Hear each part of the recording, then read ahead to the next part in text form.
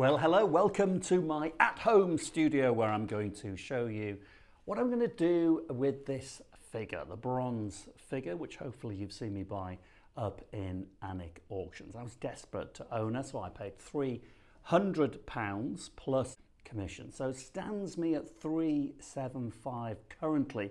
However, if you've watched my videos on how to buy and sell antiques, you know for every one piece you buy, you probably don't buy 10. So you've got to take into account all your time and effort, not in losing money by paying too much money for stuff, by only bagging bargains that have profit inbuilt. This thing does. In fact, I feel awful calling her a thing. It's an Apsara. This is a water and cloud dancing goddess. She's a spirit, and you will find these creatures, these gorgeous heavenly creatures, in Hinduism and Buddhism. She's either South Indian or Cambodian. I'm leading more towards Cambodia, but I will carry out a little bit more research on her. But she is utterly gorgeous, and there's profit here because this is what we've got to do. We've got to can't keep everything.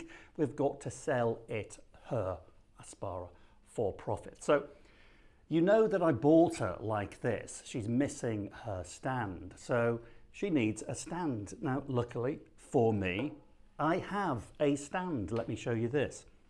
Now, I don't even know where I got this from. I've had it for donkey's years. So it's a piece of ebonized wood, probably just a beech, but then stained black, but really good quality.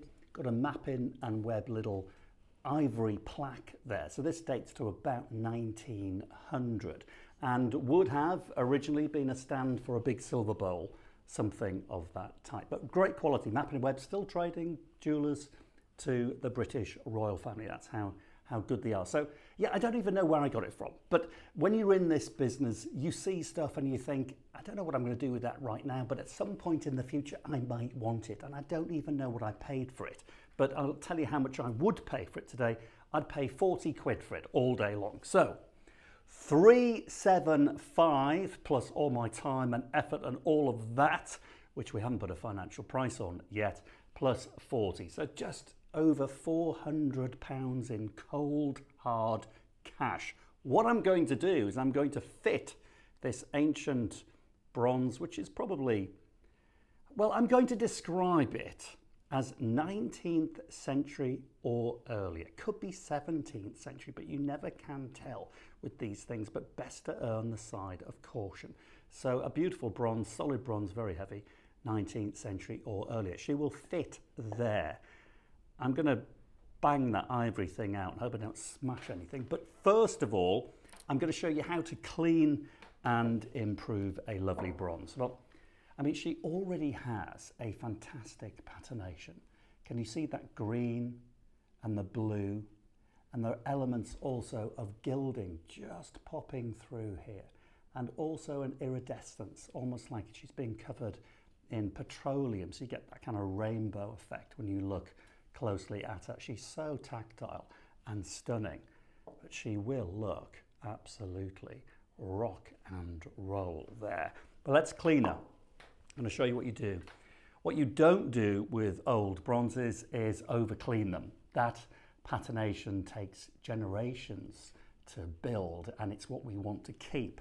So I'm not going to wash her with water. I'm just going to take a dry towel cloth and dust her. What I want to do is get rid of all the dust. Simple as that, because what I'm going to do next is wax her with a clear beeswax.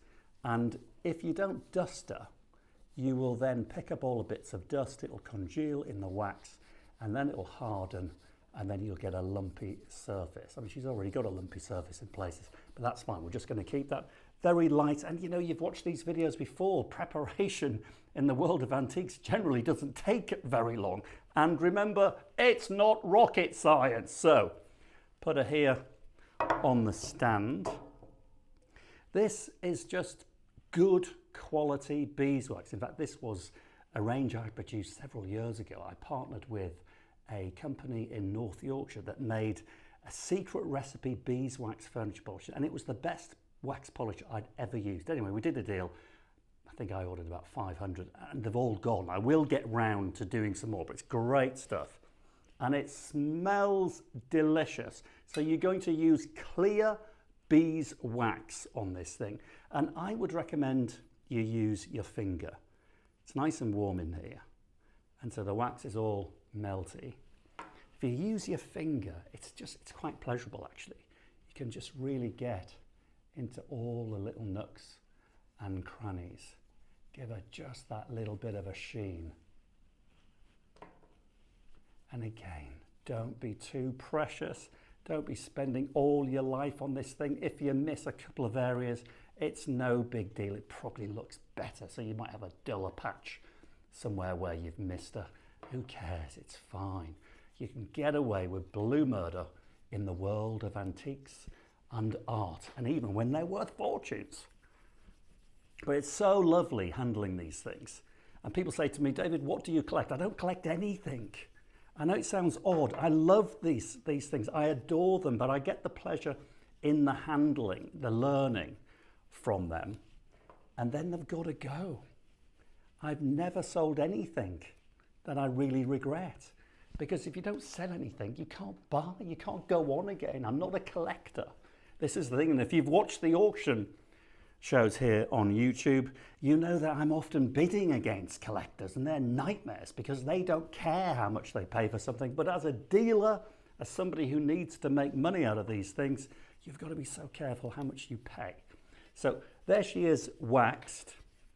And all I'm going to do is simply take that same dry cloth and give her a nice buff up.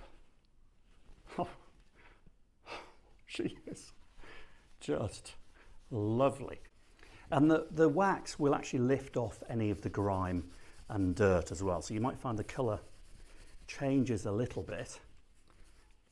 Yeah, it is. You can just see on her tummy there, the grime being lifted, and you've got the blues and the greens coming through. So she's changing a little bit, but she feels a lot smoother and a lot cleaner. There's dust and grime in between her ears. Again, you could put, I suppose, one of those little buds in there and clean it out, but I wouldn't. It's perfectly okay, just like that. Now, I've done my research. I've looked into these things as to how much they're selling for, and the prices vary wildly from a few £100s for kind of repro stuff that look okay in the pictures, but I've seen them in the flesh and they're not clever. This is very heavy and solid bronze. The repros are often tinny or filled with sand or worse, concrete, up to many thousands of pounds, and we're talking tens of thousands. But I'll give you a little bit of advice. With ancient bronzes like this, really the pieces that have the big value are the named pieces. So it might be a Vishnu, might be a particular god, Brahma, Shiva, that kind of thing. So named gods. With the Apsaras, an Apsara is a generic female spirit in Hinduism and Buddhism. So there are many interpretations of them and they're very generic, really. So you can't put a particular name to an Apsara. They are just a spirit, and I mean that in the nicest possible way. She's more than just a spirit. She's a beautiful creature. She's a dancer. Look at the movement there, and I think the colour, you'll agree, is really coming up fantastically. Okay, I'm gonna go. Give me film time, about 2 seconds. I'll be back, fully buffed. Yes, there you have it. One fully buffed and prepared Apsara in bronze, looking drop dead gorgeous. Look at that movement. She is a dancer and she will be dancing her way to a new home very soon. But first of all, we need now to prepare her stand. So Apsara away. Remember, this is the stand. What I'm going to do with this, I won't bore you with the waxing. I'm just going to do exactly this. I'm going to wax it up. I don't need to colour in the damage and the marks. I'll just scrape that paint away, yes, but I'll just give it a good old wax. Again, beeswax, look at the difference it makes straight away. I mean, it's just bonkers how ridiculous good. Actually, I will get around to producing this. 10 quid a tin, so keep an eye out. It's like just an unbelievable product. Does leather as well. So now what I need to do is get rid of that ivory plaque.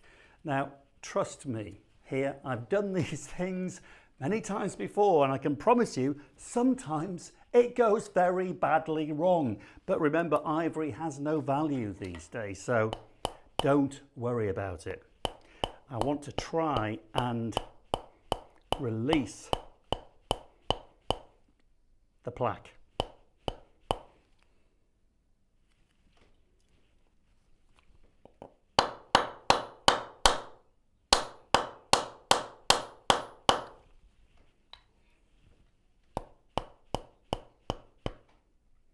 Now, I could pay somebody professional to do this, but you know, her foot is going to disguise any little knocks and bangs I put in the timber. So it really doesn't matter. I'll tell you what we'll do. Trust me, I'll get it out. I might have to drill a little bit of a hole, and then we'll come back and fit Apsara to her stand, and then she'll be ready for sale. And here she is, looking utterly gorgeous. She's ready, waxed, mounted on my website and for sale. So let's talk about money.